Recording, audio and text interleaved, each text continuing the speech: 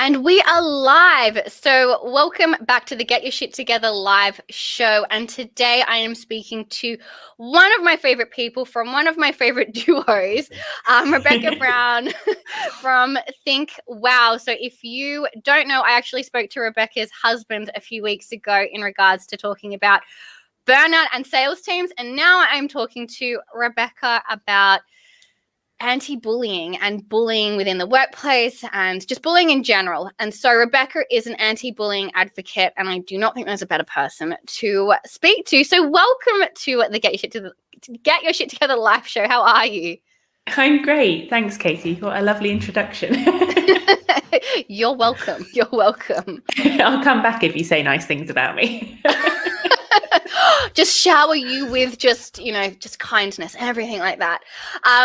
So I think today talking about bullying and talking about anti-bullying movements and things like that is such an important time, especially because this past year, if we really look at it, if we look at children going to school, the children that were getting bullied from school haven't been at school, so they've had a bit of reprise from that. But then you've got them going back to school. So how do we manage that? And then we've got the added issue with workplace bullying as well, which is also a huge issue. So I don't think there's any more better time to talk about bullying than now. So how did you become an anti-bullying advocate? Like, what made you want to get into that? Yeah, it's really strange, actually. It very much happened kind of organically. I've been bullied horrendously in my life. I was bullied as a teenager, and then again bullied in the workplace when I first sort of entered the working world, and it had a huge impact on my life. And I didn't really deal with that, I don't think, until this last year, when I became a lot more active on LinkedIn and started sharing some of my personal stories. And I shared some stories about being bullied, and I was just really overwhelmed by the response. I had so many people commenting, so many people messaging me directly to sort of say that my story resonated with them. Sadly, a lot of them were actually stuck in that place right there and then, and they wanted advice. And I didn't really feel like I was qualified to give advice. I sort of thought, well, I've been bullied, but I was bullied. So what can I possibly do to help you get out of it if I couldn't even really get myself out of it, I suppose. But the more people that reached out to me, the more I got this horrible feeling in the pit of my stomach that actually that wasn't good enough. I couldn't just keep turning them away saying, well, I don't really know. I can't really help you. So we decided that through our business, we would do something about it. And although the business is not related to bullying at all, we set up a page just signposting people to really useful resources from people who actually do know what they're talking about. And started offering businesses a free anti-bullying health check that they could use to assess whether or not their staff felt safe or not. And it sort of went from there, really. That's amazing. I mean, for people who are watching who don't really know what you do, so what does Think Wow do? Yeah, so we work with businesses to effectively help them attract, win and retain customers. We're a customer experience consultancy predominantly, but the one thing we have found working with businesses is that there's such a huge link between employee satisfaction and customer satisfaction that actually keeping your staff happy and healthy is one of the most critical factors that you can get right. So although it's not a direct link, actually, if you've got staff who are being bullied and who are feeling really scared to come to work, your customers are probably going to be suffering too. So it kind of links in a little bit with that. Yeah, I was going to say, I know that you did a lot of customer service stuff, and I was like, you know what, if you're going into work feeling unsafe and you're getting bullied in the workplace, and we'll get to this as well, the ability to be able to do your job effectively, and I'm, customer service people, let's get real, they have a really tough job. They're dealing with, obviously they're dealing with good customers, but they're also there handling objections. They're handling, uncomfortable conversations and negative feedback essentially, and they're at the front line of that. And so if you're getting bullied on top of that, it's got to be a really stressful kind of role. So I can only imagine that it has to be linked at the end of the day. So I was reading up some statistics before about bullying in the workplace and at school. So it actually says that a fifth of young school children they feel like they've been bullied And out of that, 33% of them have actually had suicidal thoughts, which is really, that's crazy. And that's so scary. So what do you think some of the biggest reasons for that is? Like, what do you reckon some of the reasons that people are getting bullied? I mean, I remember when I was at school, I got bullied at school. I actually got bullied more aggressively in the workplace, which I'm more than happy to talk about. But what do you think is really playing into this bullying statistic? Yeah, I think there are so many factors, and I think that's part of the problem, is that because there are so many factors, it's harder to tackle. It's harder to sort of pinpoint one thing or another. But I think certainly stress levels in individuals play a huge part in it, because you've got the kind of accidental bullies who don't even really realize that they're doing it, but they're stressed themselves. They've maybe got some problems at home. They maybe have been bullied at home. Bullying doesn't just exist in schools and in the workplace. It exists within the household too, which is just absolutely tragic, because there are some people out there who just don't get that reprieve ever. But it's quite often a sign that something is stressful for that individual, for that child. There is something going on that is causing them some significant fear. And bullying is often a way for them to reach out and try and sort of grab some control, grab a little bit of power back. So I think that's certainly one factor. But I also think that, society plays a bit of a role in it. I think we have really allowed victims to blame themselves for far, far too long. If you speak to anybody about their bullying experience as a child and you say to them, what happened? Why were you bullied? None of them ever say, oh, I was bullied because my bully was really insecure.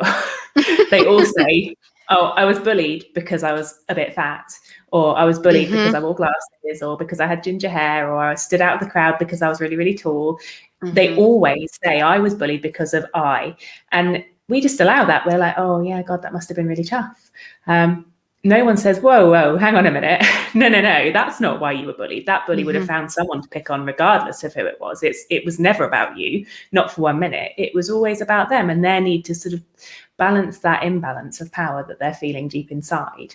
So I think, if society as a whole can really put their foot down and stop victims from taking that on themselves, maybe children start to stop seeing those issues as a reason to be bullied, and maybe start embracing it and being more confident about the things that make them different. Yeah. Do you know what? It's really interesting. You ask people, it's like, why were you bullied? It's like, why are we even asking that? It's like, what would you, like, changing just to the simple language, right? It's like, why would someone bully you? Like, what happened, rather than, why were you bullied? And actually, because even just that language alone is actually giving you like the idea of like, why was I bullied? And you're thinking about yourself. You're actually, you're thinking like, why am I getting bullied? And, from somebody that's been bullied, like, yes, I was bullied in school, but in the workplace, and it was just so confusing. I was just like, I have no idea what's going on. Like, I have no idea what's happening. I think that, just changing the narrative of going like, okay, if you're in the workplace, at least when you're a bit older, you have the ability, you might have the emotional awareness to actually go, hang on a second, this isn't me. But you actually said something really interesting about the stress response, which is obviously something that I talk a lot about, because the stress is my jam. I talk a lot about the impact that stress has on the body and the mind. Yeah. But that is a really big element. So when we look at bullies, and we can go into a bit more depth about this a bit later, but when we're looking at bullies, a lot of the times it's understanding why they have a bad behavior. It's a bad behavior. They've gotten into a bad habit of putting other people down, or whatever it is they're trying to do, whether it's for control or whether they're just trying to shift, someone's made them feel really bad and it's their way of coping. It's not okay. Like, I'm not saying like, let's just put our arms around bullies and be like, your behavior is okay right now. I understand you've had a rough background. It's like, no, your behavior is really inappropriate. Where's that behavior coming from? But stress does that, right? So being able to be able to sort of talk about it that way, and rather than saying you're a bad person because you're a bully, talking about bullies, it's actually, your behavior is really bad right now. It's like if you were talking to your kids, you don't say you're a bad kid. You say that behavior is inappropriate right now, right? So having that awareness as well. But as adults, that's easier than being a kid, because when you're a kid, you just feel singled out and you just don't understand why that is. Yeah, definitely. And to an extent, even as an adult, I was not prepared for bullying in the workplace. I think I had a level of naivety there that bullying was a childhood problem, and that as adults we know better. So, once I left school behind, that was when I was going to be safe. And I really didn't see it coming in the workplace. And I think it took me too long to recognize it as bullying. I tried for too long to change the situation myself by just working harder, by just trying to be a little bit more likable, by just kind of trying to second guess what my crazy boss was going to ask me to do next and sort of be ready for her. And it didn't work, because nothing I did would have been good enough for her. She had a problem with me. And it was, it took me a lot by surprise. But yeah, I think understanding that the problem is with the bully, if I'd have understood that from a lot younger, it would have helped me. And it certainly has helped me to be able to move past my experiences of being bullied, because having just that tiny bit of empathy for them, it just kind of helps you let go of the anger. Otherwise, I think it's very easy to just really sit in that place of why me? Why did it happen? How could, what did I do wrong? And if it was never about you in the first place, and you can maybe feel a little bit sorry for them for what they've got going on in their head, it really is a powerful place to get to. Well, it actually helps you it prevents you going down that rabbit hole, getting on the hamster wheel of going, what's wrong with me, and trying to fix everything that you think it might be. At the end of the day, you're like trying to fix things that it doesn't even matter what you do. It doesn't make any sense, because that's actually not the problem. So you're spending all your time and energy and your emotional energy on something that isn't even going to solve the problem. So you and I were actually talking off camera for a little bit about I was talking about my experience with bullying, which I'll talk about as well, which I'm happy to discuss. But you were saying, like, were you even aware of it? So you even said, I didn't even know it was you didn't even know it was bullying. And I think there's a lot of people out there that either might not even know, like, they feel like something's wrong, but they're like, is this bullying? I'm not quite sure. Or some people see bullying in a really different light. So I wanted to sort of have a bit more chat about how you realized it was bullying. You didn't realize straight away. So, like, how did you come to the realization of going, oh, holy crap, I'm getting bullied? Like, how was that process? Yeah, I think it actually, hindsight was a really powerful tool when it comes to that. I don't know that I even really thought I was being bullied there and then, even up to the point where I left the second job I was being bullied in. I think I definitely thought I've got a horrible boss, but for a really long time, I actually, I would say quite openly to my husband, I'd be looking at a job and I'd find that the person who I'd be working directly for would be a woman. And I'd say I probably shouldn't apply for that. I don't really get on that well with women. And I was still very much kind of, this is about me. I don't click with women. Women don't like me. And actually, it took having some fantastic female bosses for me to recognize that just wasn't the case.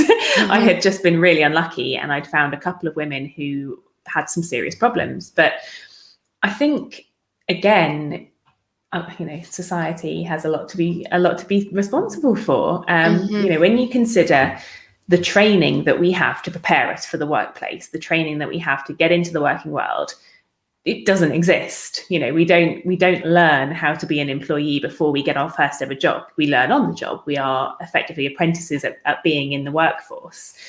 And so actually, before I'd ever even started working, I had been exposed organically to some really seriously negative stereotypes for leaders through TV, through films. If you think about some of the programs that we watch and that we tune into in the millions, some of the best grossing programs on TV have very toxic leaders publicly shouting people down, publicly telling them that they're worthless, that they've done a terrible job. And we applaud these people as strong leaders, and we keep tuning in. And I think that gives people such a negative grounding, because they then get into the workplace, and when someone talks to them like that, it feels like that's okay. It feels like that's normal, and it doesn't feel good. They still feel really awful about themselves for hearing those hideous things said to them, for hearing a horrible tone of voice. But no one knows to challenge the fact that that's just not the way to lead. Where's the constructive criticism? Where's the help? Where's the training? It's not about bawling people out and telling them that they're worthless. That doesn't achieve anything.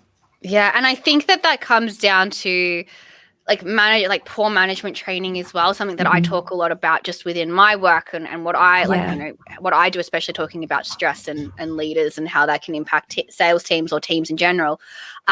It's the management training there, right? And I think you're right. Like, every single TV program that is anything to be related to work, you see bosses yelling and screaming at their employees, and it's just been normalized. And they say the most horrendous things. And sometimes it's funny for us as the audience, but those things do get said, like in the boardroom and in the sales rooms and things like that. You know, some of the, like, you know, I remember in a workplace, I actually got told if you can't, like, I think one of my things was crazy, but this was just an example of a manager not bullying, but probably not saying the most constructive thing that could be construed as bullying. But I remember I'd done 2 18-hour days. I was done my third day was a 12-hour day. The fourth day I was doing another 12-hour day. And I think in the middle of the 4th hour day, I was like, you know what, I just really need to have like just an hour break, because I wasn't really having breaks. And my manager turned around and said, if you can't handle this job, maybe you should leave. And in my head, I'm like, I am like a hardworking person. I was in sales. I was hitting all my targets. I was overachieving all of those things. But to have that said to me, you know, you see those things on TV, and I was just like, what the heck is happening? Like, to be told, you know, I've worked, well, I think it worked out to be like, it was like, you know, I'd worked like 60 hours in like 4 days. I'm like, I didn't have like a doctor's job. I wasn't doing anything crazy. I was just in a sales job. But the thing is, that kind of conversation, I do not blame my manager for that. I actually blame the fact that they weren't probably trained properly. They didn't have, they thought that was motivational. And I'm like, that's not motivational at all. Like, in my head, I'm like, what are you doing? That's not, I just want to walk out of here and never come back. But okay. But I think it does come down to that management training as well. And I think it's really important that what you guys have, especially when you're going into businesses, going, hey, here's the other thing, right? How often do you think managers actually go, I don't have an issue with bullying in the workplace? Yet, if we look at some of the latest studies coming out, that 71% of UK employees have felt bullied in the last 3 years. So how many managers do you reckon turn around and go, I don't have a problem with bullying. My team's amazing. They don't get bullied. Yeah. Or I would say the vast majority. And that was why we produced the anti-bullying health check, because actually the problem is that most people think they don't have a problem with bullying. Most people think they aren't a bully. Most people think they haven't witnessed bullying. And there are so many different types of bullying that can go on. And, you know, some of it can be very, very subtle, very, very kind of long-term, sustained, low volume attacks that sometimes are done in private. And actually it isn't about, do you think you've got a problem with bullying? It's about, do your staff feel safe? And if you're not prepared to even ask that question, do my staff feel safe? That should be a warning flag. You know, what are you trying to achieve? Because surely it's better to be able to say, hand on heart, I asked my staff, do they feel safe? And they've said yes. Or even I asked my staff, do they feel safe? And they've said, actually, not really. And now I know what to do. I know how to fix that. Than it is to say, yeah, I think my staff are fine. I'm just going to assume they're fine, because really their well-being isn't that important to me. You know? Well, I think there's the other thing is as well, where it's burying the head in the sand. They don't want to know the answer. They want to just be like, you know, like if I don't know the problem, I don't have to deal with it, right? It's that whole like ignoring it and burying the head in the sand, which isn't productive at all. And I think that that's something that what you guys are doing, and just having that check. Having that just, you know, even that little survey, it's like, do my staff feel safe? Super, super important, because a lot of the times I would say managers might not even be aware. And here's the thing, they could be actually the ones bullying and not even know that they're doing it, because it's been so normalized to be able to say, do what I say and I can treat you however I want, because there's a hierarchical system in place.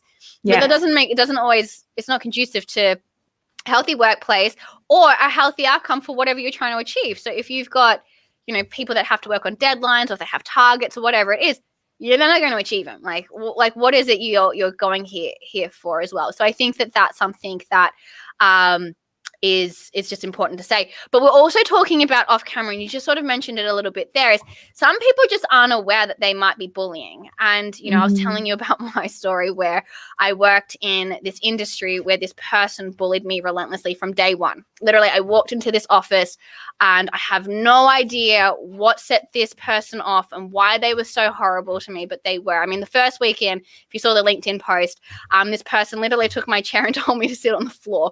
At this stage, I'm 30 years old and I'm looking around going, what? I left high school 13 years ago, 15 years ago, and everyone in the office saw it and no one said anything. And I was kind of like, is this just normal behavior? And in my head, I was like, okay, like obviously this person has a problem. I'm not sure what it is. But it went on for 4 months. It went on for 4 months. Not this person didn't steal my chair every day, but they would do other things like steal my sales. They would like berate me in front of people, belittle me in front of people. It got so bad that other people from other management departments were going up to my manager going, you have a huge issue on your hand. That's how it was so bad that other people felt compelled. People from other countries were coming and going, no, you got a huge problem here. Yeah. And I remember speaking to my manager about it, and they pretty much said, you're a big girl, you can handle it. But at the end of the day, the person wasn't receptive to hearing that kind of feedback, right? And so you were saying to me, you know, do you think she knew, like, we were talking about, are they a bully? And I was like, well, yeah, but would that person think that they were being a bully? That person had no idea. So when they got told you're bullying Katie, that person was like, am I? Really? Like, I don't think I'm a bully, but yeah, it is a big thing. Oh, Rafe, microaggressions. Microaggressions is such a thing, right? They are. And it doesn't need to be big for someone to start to feel really insecure around someone. When I was bullied in the second and last job I was bullied in, she would just make snide remarks all the time. And I was working it was a retail job, and in the contract, it actually stipulated that we had to wear heels no smaller than 3 inches at all times. Okay, so I was contracted. That's great for your back and great. I know, ridiculous. I was on my feet all day long, every day, wearing these massive heels in tiny little pencil skirts.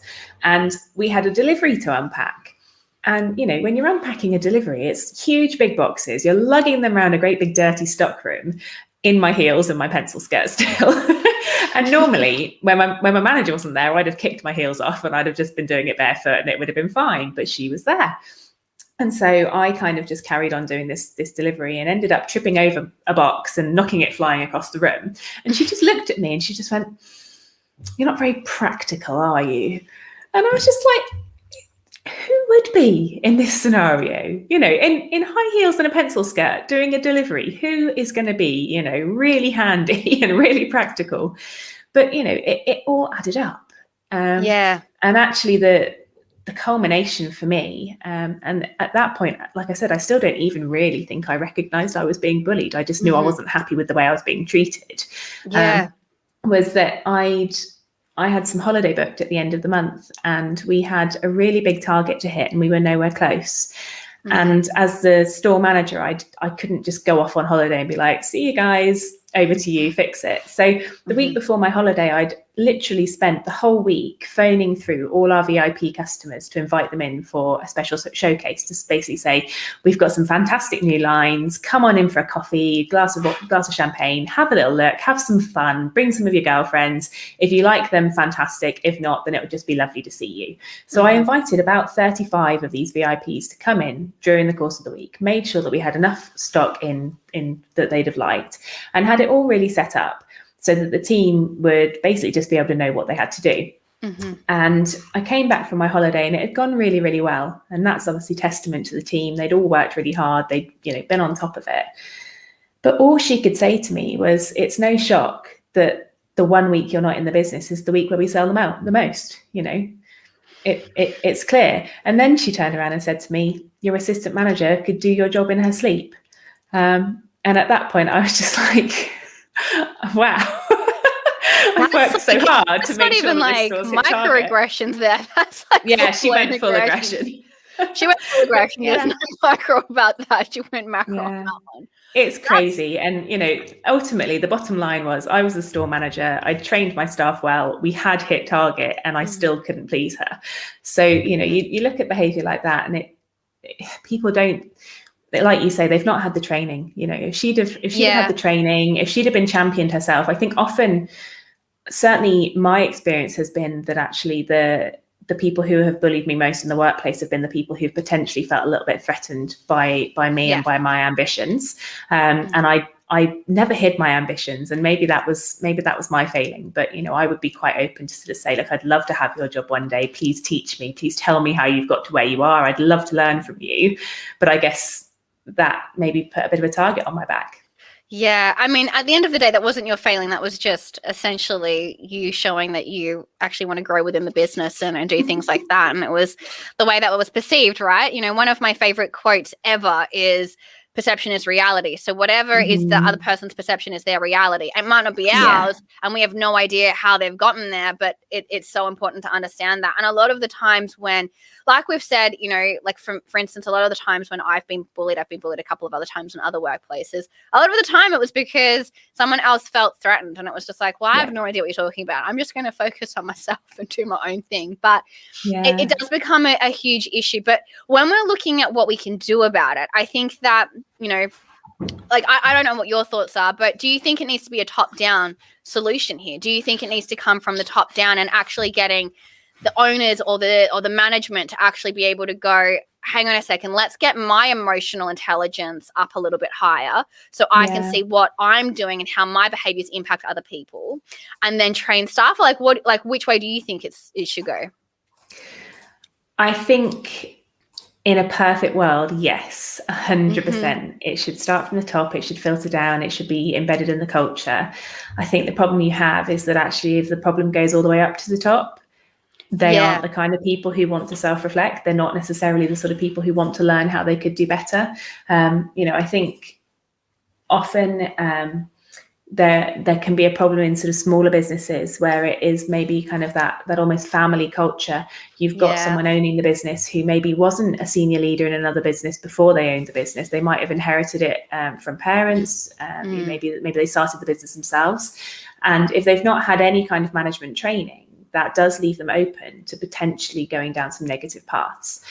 And it's really difficult as an employee, if you're working for the owner, to be able to say to them, actually, I feel bullied, because what are they going to do? You know, are they going to turn around and say, oh my goodness, I'm so sorry, let me change all my behavior? Or are they going to say, actually, it's easier to find someone else to fill your shoes? So I think that's one of the biggest issues. But essentially, I think the first place to start is just to assess, is there a problem? Do your staff feel safe? And once you've asked that question, do your staff understand what your anti-bullying and harassment policy is? Do they know where to find it?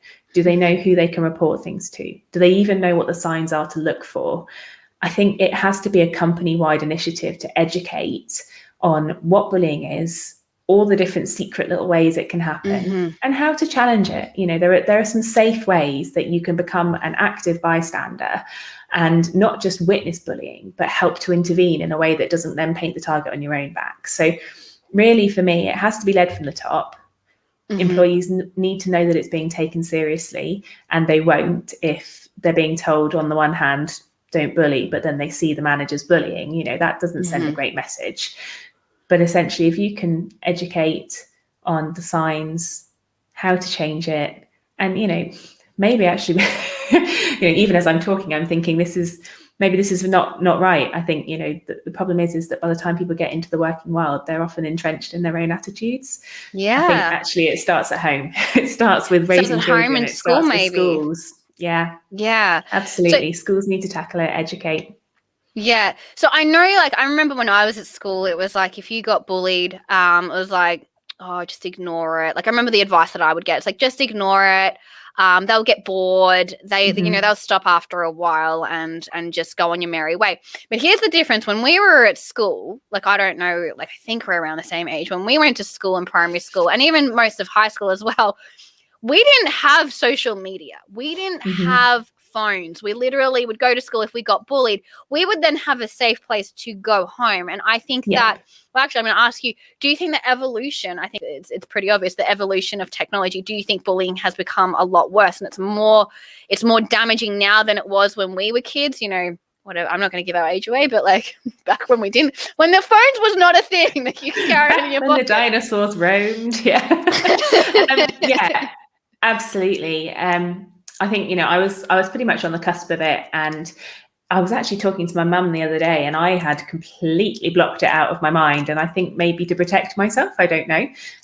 But we were talking about when I was bullied at school and kind of the tipping point. And in my mind, the tipping point for me was kind of like, I just got to the point where I was saying I was ill every day. I wouldn't go to school. I was just like, you know, I don't want to go to school today. I've got a sore tummy or I've got a headache. And eventually it kind of culminated in me telling my mum that I was being bullied. That was my recollection. Her recollection was that I got death threats via email from some people at school, and that was when I went to her to say, actually, I don't feel safe to go to school. And I was like, what? Wow. I literally don't remember it. I have no idea. And, you know, that was an email. And that was about as high tech as it was. I'd have had to have sat there for 10 minutes to dial up on my dial up internet to even get that email. Now, with social media, with mobile phones, it's just constant. And it's, you know, it's a barrier in between the emotional reality from it as well, I think. People troll strangers online because it doesn't feel like they're hurting a real human. So, you know, I saw a BBC article about a woman who had been publicly shamed. I can't even remember what it was. I think she was quite a large woman, and basically she just had stranger after stranger telling her that she didn't deserve to be alive, that she was hideous to look at. And she'd never met those people, but they felt like they had a right to wade in on her life just because she was on social media. So yeah, it's far worse than it's ever been. I agree with that. I think technology has just made it easier for people to, they're allowed in your house at the end of the day. They're allowed in your safe zone. Yeah. And here's the thing, though. I think that, you know, it's one thing kids doing the bullying online because they don't know anything better. They've grown up on this. So it's actually, I think you're right, going back to children, educating kids in the house. And it's a dual thing, right? It's like, this is acceptable, this isn't acceptable. So if you, for instance, for the kids that are on the receiving end of it, it's like, this isn't acceptable behavior. You have to let us know. This is the things that, you know, safeguarding your kids. This is what you can do. Yeah. These are the opportunities. Now, I know schools are coming out with a lot of anti-bullying stuff, which we just did not have when we were growing up, which I think is really good. But I think also educating kids the power of their words and educating them going, when you say these things, you can really, really hurt people, and building up that understanding of just because it's on a text, just because it's from like, you know, a message or whatever it is, those words still have power. And that's really important for them to understand. And I think educating that from a really young age, because I think that technology isn't going to go anywhere. It's just going to evolve and get more intense. Let's be real. But helping kids educate bullying in the classroom, outside of the classroom, acceptable behavior, not acceptable behavior, and sort of creating more of an emotional intelligence. I think that's something that, like, when I'm looking at bullying, it's an emotional intelligence here. So Rafe has said empathy, active listening, being non-judgmental has never been taught. That's literally what we were just saying. So thank you, Rafe. But, you know, I think that I think that we need to have a bit more of a push on emotional intelligence and building that up rather than focusing on other things as well. Like, what do you think? I absolutely agree. I think learning how to be a considerate human being is so important. And, you know, our children are really young. We've got a 2-year-old and an almost 4-year-old, but the almost 4-year-old this year effectively experienced her first perpetual unkindness. And I'm not going to say it was bullying, because it was a 3.5-year-old kid, and I just don't think that the kind of aggression was behind it. But she got to the point where she wouldn't go to nursery, and when we raised it with nursery, they were kind of like, you know, it's 6 of one, half dozen of the other.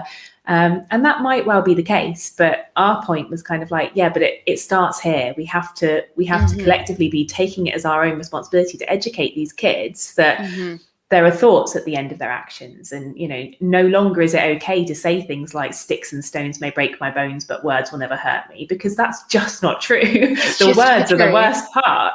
You know, I mean, I remember verbatim some of the things that were said to me as a 13-year-old kid. They still stay in my head now because they were that hurtful to me, and they shaped so much how I saw myself growing up.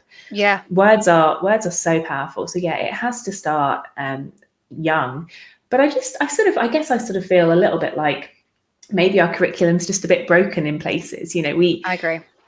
I think it's great that people can spell and that they can do basic maths and that they know how to do these things. But if you think of the emphasis that's put on things like, I don't know, PE, or even really in-depth mathematical problems, you know, if you're not going to be an engineer or a mathematician or someone who's going to be working with numbers, and you know that early on, because some people are not good at that. I was terrible at maths. So I had to work so hard. It's not my jam. this is it. And, you know, I worked so hard to get my maths GCSE, and I cried when I got a B at maths GCSE because I was like, I never have to do this again. Mm-hmm. Did I have to learn Pythagoras theorem? Did I have to learn algebra? Or could could I have spent half an hour a week learning about, you know, emotional intelligence instead? Would that maybe have been a better spend of my time? But I think that it starts, you know, I think there has to be an element where we have to start teaching kids that, and something that I've spoken a lot about, you know, with just my fiance and just with people, just my network, as well as understanding the action and consequences element. There seems to be a lot less, and you see this in the workplace as well, where there's an action and then there's no consequence, or the consequence doesn't make sense. So for instance, like, I think people actually just do things without even thinking. It's like trolls. They do things without even thinking, or like kids do things without thinking because there's no consequence behind it. And I'm actually kind of like, when I look at bullying, like, I actually think it's become like a bigger problem than it has ever been. In my personal opinion, I could be very wrong. It just maybe we're speaking about it more. Yeah, but maybe. I think it's become maybe. But I also think the element of technology has made it that much worse. And I think that we don't have that safe place anymore. Like, you know, you get bullied at school face to face, and then you get home and you've just got your Instagram and your messages or whatever it is, just full of just hateful things. But I think that there has to be an element of teaching people that age-old, like, action and consequence. Like, your actions do have consequences. You are actually creating some type of pain, and what that looks like. Again, that's just an emotional intelligence thing, which is actually saying my behavior is impacting the people around me, and just understanding to what that element is. Because how many times have you heard somebody say in the workplace, I know I have said this, it's like, I really don't like the way you're speaking to me. It's like, yeah, but I'm just angry. It's like, that's okay. You're allowed your emotion. You're allowed to be angry. But I'm telling you, your behavior isn't okay. Yeah, I would agree with that. And, you know, I think, have we maybe gone a little bit too far the other way? You know, I sort of hear the phrase that effectively no one can make you feel something. You feel something about something, but no one has made you feel that way. And I agree with it to a certain extent. You know, to a certain extent, you have control over how you receive things, and you have control over whether or not you take offense to something. But actually, if you're in the grips of being bullied, you don't have that level of like awareness. You don't have the ability to remove yourself from something and think, oh, well, you know, actually, I have control over my feelings, so I'm going to choose whether or not I listen to these people who are calling me hideous and ugly. When it's happening every day, day in, day out, you start to hear it as your normal. You start to believe it. You start to think it's true. And their comments do impact you. So I think there's almost a tendency for people to just be like, oh, well, you know, if you choose to be offended by what I've said, that's your problem. And to take away the ownership, when actually, no, what you've said is offensive. That's why I'm feeling offended.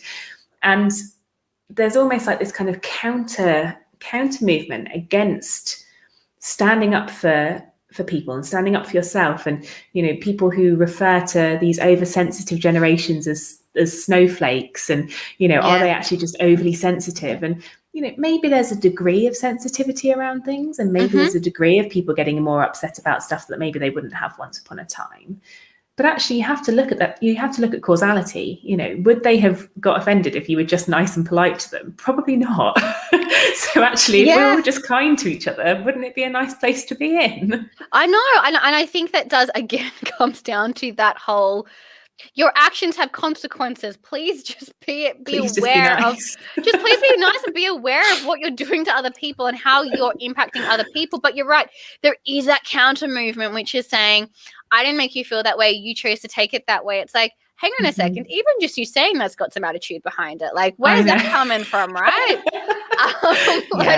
So it's being able to, you know, it comes from the age-old saying, you know, sticks and stones can break your bones, but words can never hurt me. That's just not true. Like, that's just so not true. I would actually say words and emotional, like, and that, because words can cause that emotional pain, right? That can be that can be just as traumatic, if not more traumatic, than the physical element of being bullied and shoved into lockers and all that kind of jazz that we see on TV. Yeah, I think it's all damaging. You know, I think as a girl, I felt really quite lucky that the level of bullying I sustained was largely verbal.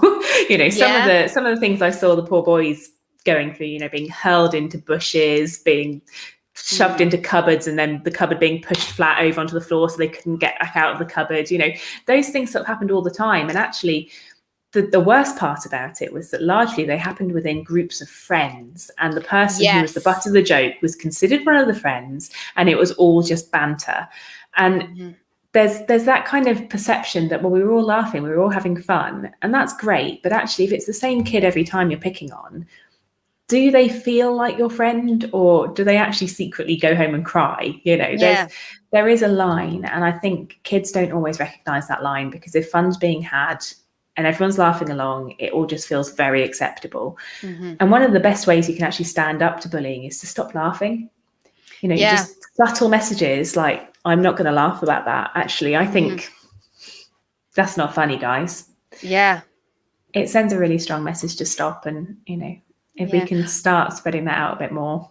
But here's the thing, though, what you just said there, it's like, you know, there's always that one butt of the joke, or that one person, or the butt of all jokes.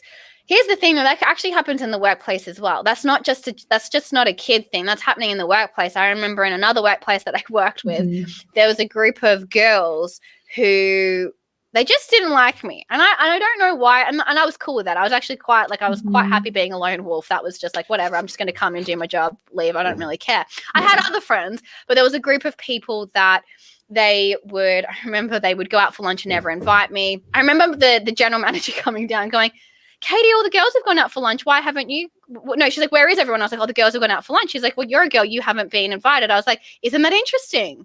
Isn't that interesting? And I was like, I wasn't invited. And I remember coming in another time, and there was a petition up, and somebody didn't know that I was sitting there.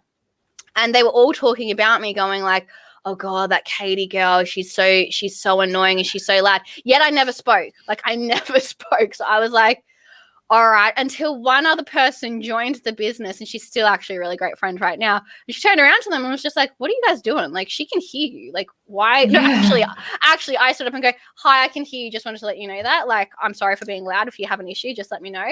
But then I had another friend that came in, and she started working, and she stood up for me, and she was like, hey guys, this isn't funny. Like, this isn't okay. And another person then joined in and said, this isn't funny. It stopped at the end of the day, but like, just because it's not just a kid thing. And I think that this is something that that's what shocked me the most about going into the workplace, right? Was the fact that it doesn't stop just in primary school or high school. It actually followed me into my adulthood, which I always found super strange. But I think that's a really powerful message, is if you see someone being bullied and you're in a position to actually stand up for that person, do it. And it can just be as simple as, you know what, I don't really find that funny. I think that's a little bit bullying. Like, I'm just not going to laugh at that. You might not be the person doing it, but you can stand up in your friendship group going, hey guys, let's back up a little bit. Like, that seems a little bit harsh. Like, I'm actually starting to feel guilty about that. Yeah, and all it will take is one person, because actually the chances are most people are kind of aware. They're sort of laughing along thinking, oh, that was that crossed the line a little bit, you know, and it just takes one person to be brave enough to say it. Actually, there's a Disney Pixar film. It's one of the short films, like sort of 10 minutes long, that it just portrays this so well. And it's actually a feminist film. So it's about a woman going into a workplace and basically being completely excluded for being a woman. And then she changes to be more masculine, to fit in, to be more like the men, and starts doing the same things the men do. And then another woman joins, and initially she does all the things the men are doing. She takes the piss, she laughs, she excludes that woman, she doesn't invite her to drinks. But then you see that kind of dawn on her that, hang on a minute, this isn't right. And she flips it, and, you know, scroll on 6 months down the line, and the workplace is full of women and full of men, and they're all talking to each other, and they're all having a nice time. And, you know, it is about sort of that kind of feminist issue of being in a competitive masculine environment, but it applies so much to bullying. And I think, you know, if people could just watch it with their kids growing up, to sort of say, look what happens, look how powerful standing up for someone can be, look how powerful standing up for yourself can be. You know, if I'd have felt confident enough to stand up for myself as a younger person, I don't think I'd have struggled the way I did. But I think the problem was the more bullying I experienced, and the more I listened to those voices in my head that said, this is because you're freakishly tall, it's because you wear glasses, it's because you just are a bit of a geek, I shrunk. I really tried. I was 5'10.5" from the age of 11, and I was about 1.5 feet taller than everybody else on the playing field. So at break time, I would stand there, like making myself as small as I possibly could. And all that did was send a massive signal to all the bullies around. She's a weak one. You can get her. If you need to make yourself feel better about yourself, there's a target right there. Mm-hmm.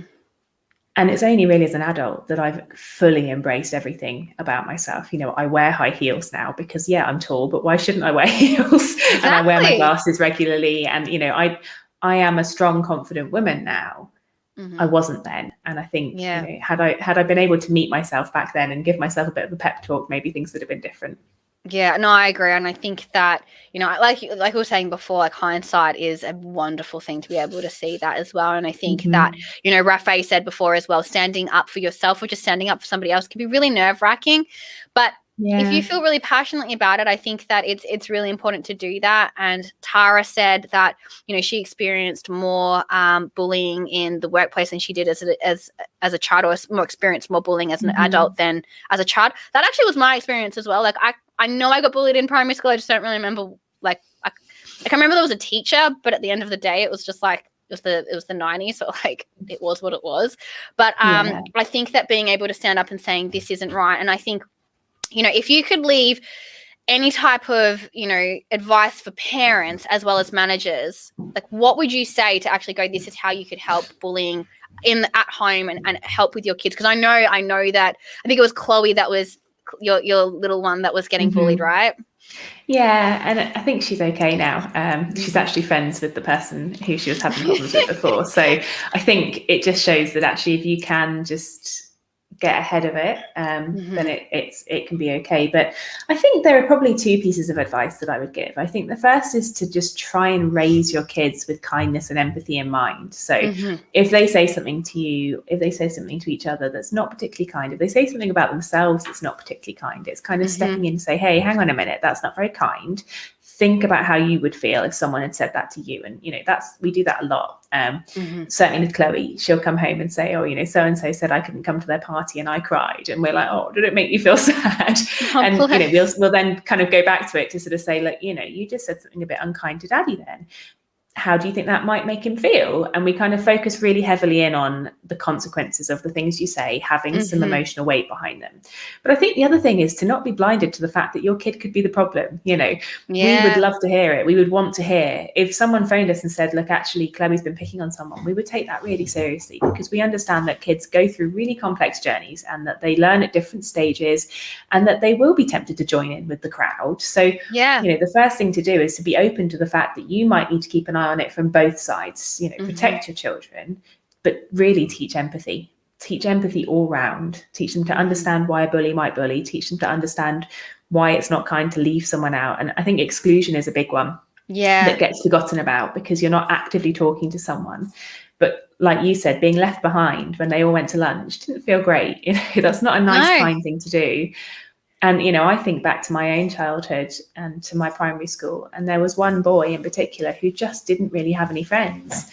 And I remember my mum, I invited everyone in my class to my birthday party, and I remember her saying, and you must invite James. And I remember being like, oh, do I have to invite James? And she was like, yeah, you bloody have to invite James. And so I did. And do you know what? The saddest thing, he came to my party. And I was a bit like, oh God, James is here. I was probably about 7 years old. So, old enough for it to hurt, I think. He probably was aware. But it came to the end of the party and he was still there. He was still at my house. And I was like, why is James still at my house? And it basically transpired that his grandma, who he lived with, so I don't know what his parents were doing. I don't know where they were, but they weren't in his life. His grandma had tried to come and pick him up, but she couldn't find the house, so she just went home. And I was just like, Jesus. And this poor boy stayed the night at my house that night. And I remember my mum sitting me down to talk to me to say, look, you need to be kind to this boy because he has enough going on in his life. This is not a happy childhood for him. And I still remember that now. I remember that lesson and the fact that I was quite happy to leave him out until my mum was like, no, that's just not how we treat people. And you just don't know what's going on in other people's lives. So treating everybody you meet with a bit of empathy and a little bit of understanding is probably the safest way. I think that's really good advice. I think actually, I was speaking to Ryan Armitage last week, and he was saying, like, I have a story, you have a story, so-and-so has a story, everyone has a story, you just don't know what it is. And so if you go into every idea of going, everyone has a bit of a story, like, and just be open to, you might not know it, you might not ever know it, but understanding that other people's pain is there as well. And you don't know, you just don't know. So just be kind. One of the things that I think I say a lot is just don't be a dick, but it's understanding what that means, right? Like don't just be kind and don't be rude. So I think that's it. And I think you're right. I think on a surface level, everyone agrees, don't be a dick. Everyone agrees, let's be kind. But yet people are still being unkind. So I think there needs to be more understanding as to what that really translates to in reality. But I think, whenever I think about the toughest moments in my life, the ones where I really struggled and felt my lowest, I would not have been talking about them to people at that point in time. I would have been putting a smile on. I'd have been going about my day-to-day, trying to just cope. And it would only have been a lot later that I'd have opened up to friends, that I'd have opened up to family. And I think that's true for most people. So don't assume that just because someone's walking around with a great big smile on their face, they don't have a battle that they're fighting. It's just so good to lead with empathy. That was my journey as a teenager. And I think that, something that, I'll just say this quickly and then we can move on to the manager one, what managers can do. But I had a really severe eating disorder when I was 15 to 22. And so you could see that I had a problem, but I would never have spoken about it. And no one spoke to me about it. But I would walk around with a big smile on my face thinking that everything was completely fine. And that was part of my story. Like you could physically see that I wasn't coping, but you wouldn't know because my face was like telling you a different story. I was just like, no, I'm fine. Everything's all really good. Everything's fine. But you don't know what's going on in that person's life and that person's world or anything like that. So just be aware of that, and I think this is a good part for where people can pause and go, how has my story and what has happened to me, how has that impacted me and how have I felt in those situations? You can do that as a kid and as an adult. Like I think that that's something that being out, having the ability to just, even if you just have one small piece of self-awareness, just have that. Have awareness of what in your life has impacted you. Because I think that's a good really place to start. It's a good place to start, right? It's like, how did this impact me and how did I feel about it? But we've talked about kids and what you can do in the house, but what do you think managers can do? I know that they can go to your website, fill out that, get their staff to fill out that, do I feel safe in the workplace, which I think is fantastic. And Wolver, if you're listening, can you please go to thinkwow.com? It's www.thinkwow.co.uk and then it's /just be kind. We'll get you to the bit about bullying. If you can pop that up in the chat so people can find that, if any managers are listening to that, would be great.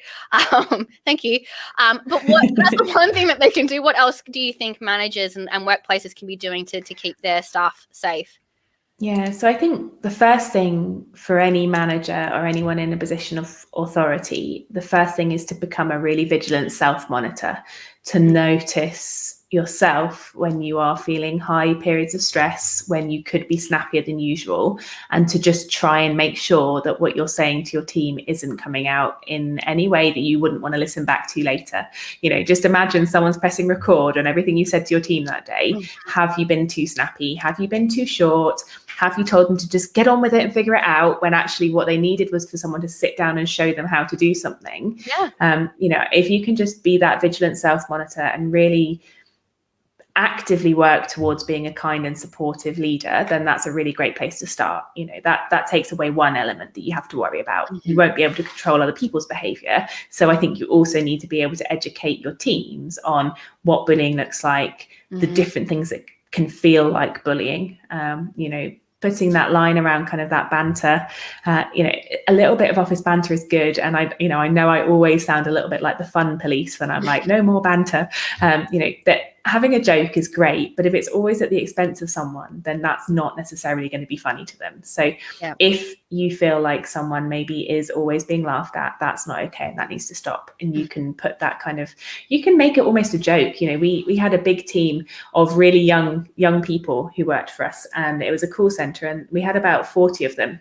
And most of them ranged between the age of about 17 and 22, so quite young, loads of banter, often no appropriate line. They would just say whatever came into their head, and you'd be like, oh my God, I can't believe they've just said that. They would say things that were racially inappropriate. They would say things that were sexually inappropriate.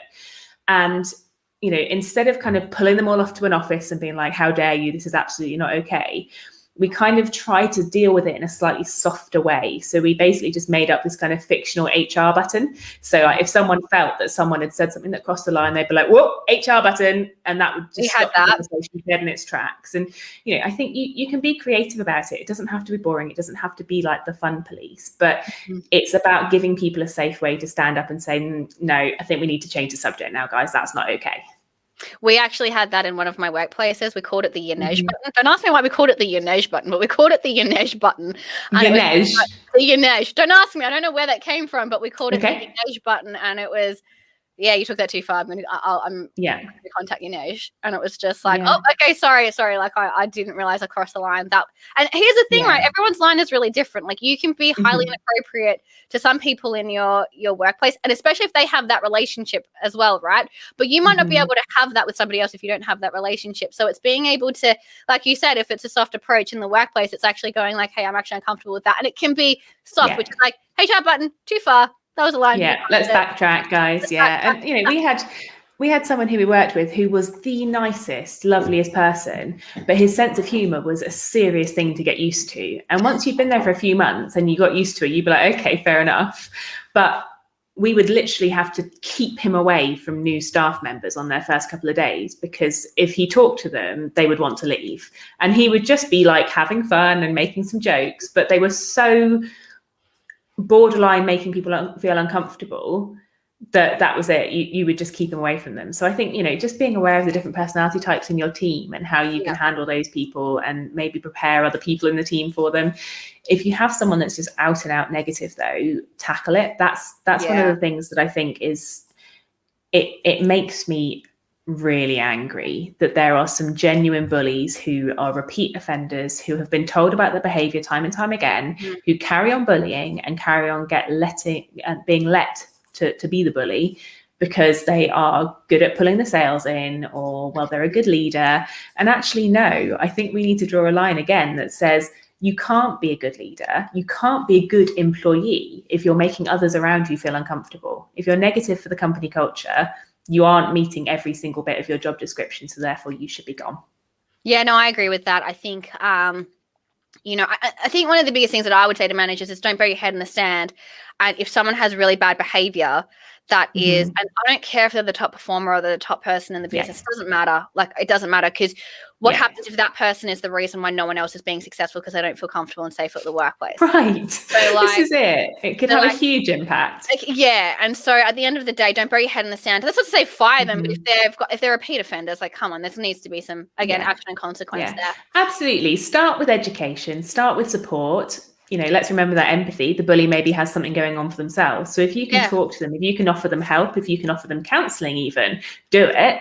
Try and help them change their ways. But if they are just actually horrible people who want to treat other people horribly, why would you want that in your organisation? Yeah, exactly. So I think that's really important to understand as well.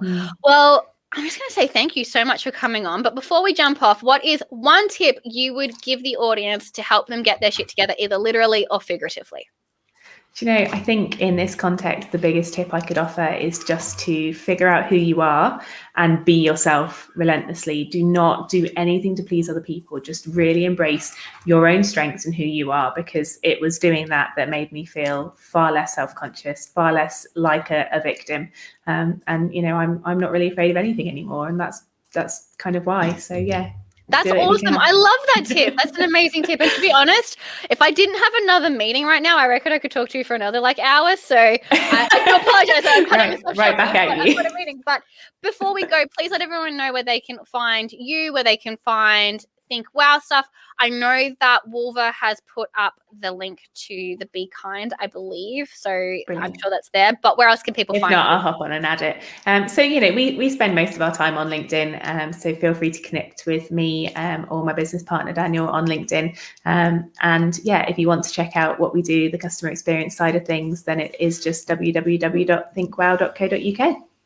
Amazing. Well, thank you so much for coming on. This is such a big topic. I'm sure we could probably do another hour on this in like the next couple of months anyway. I know we've actually had loads of comments. We've had a load of people. And I know that another question has come in. But what I'll do is I'll come back and answer that. So if you have asked a question in the comments or put anything up, I will go back through that this afternoon and answer your question. Or feel free to reach out to myself or Rebecca or as to well. me. That's fine. Yeah, reach out to us. So anyway, everyone have a wonderful afternoon. Thanks, Rebecca, again. And as always, guys, get your shit together, literally and figuratively. Thanks, Katie.